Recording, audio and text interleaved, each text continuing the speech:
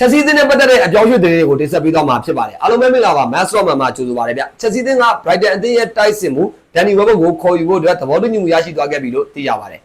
အသင်းကထောက်ခံနိုင်ခြင်းများတဲ့ဂျက်ဆင်ရဲ့နေရာမှာအစာတို့ခေါ်ယူမှုဖြစ်တယ်လို့လည်းသိရတယ်နောက်တစ်ခုကဂျက်ဆင်ကလည်းလက်ရှိ Premier League ကလည်း Aston Villa အသင်းကစိတ်ဝင်စားနေပြီးတော့ချက်စီးအသင်းကနေထောက်ခံနိုင်ခြင်းများပါတယ်နောက်တဲ့သတင်းတစ်ပုဒ်အနေနဲ့ကအင်္ဂလန်အသင်းနဲ့ Bradford အသင်းရဲ့ကိုယ်လက်ကစားသမား Jordan Henderson ကိုချက်စီးအသင်းကခေါ်ယူဖို့အတွက်ဆွေးနွေးမှုတွေပြုလုပ်နေပြီဆိုတဲ့သတင်းပဲဖြစ်ပါတယ်Jordan Henderson နဲ့ကျွန်တော်တို့ Webber တို့ကိုခေါ်ယူရတဲ့အဓိကအကြောင်းရင်းကတော့ Chelsea ရဲ့လူငယ်အသင်းတွေမှာ Senior Player တွေကိုကျွန်တော်တို့ထည့်ပြီးတော့ Brazilian Leadership ကိုတိုးချင်တာကြောင့်ဖြစ်တယ်လို့လည်းဖော်ပြထားတာတွေ့ရပါတယ် Chelsea အသင်းရဲ့ဒီကစားသမား2ယောက်ကို Brother တို့ Bro မြင်လေ Chelsea ကလက်ရှိမှာ Chelsea နဲ့ဆိုင်ရင်ကျွန်တော်လက်ရှိ Chelsea မှာရှိတဲ့ဒီလက်တက်ဆိုင်ရင်တော့ Webber ကပို့ပြီးတော့တင့်တော်ပါတယ်Danny Webber နဲ့ Jordan Henderson ဒီကစားသမား2ယောက်ပေါ် Brother တို့အမြင်ဘယ်လိုရှိလဲ comment မှန်းခဲ့နိုင်ပါတယ်ဗျဗီဒီယိုလေးဆုံးအောင်ကြည့်ပေးကြရင်ညီကိုတွေအားလုံးကျေးဇူးများတင်ပါတယ်ဗျ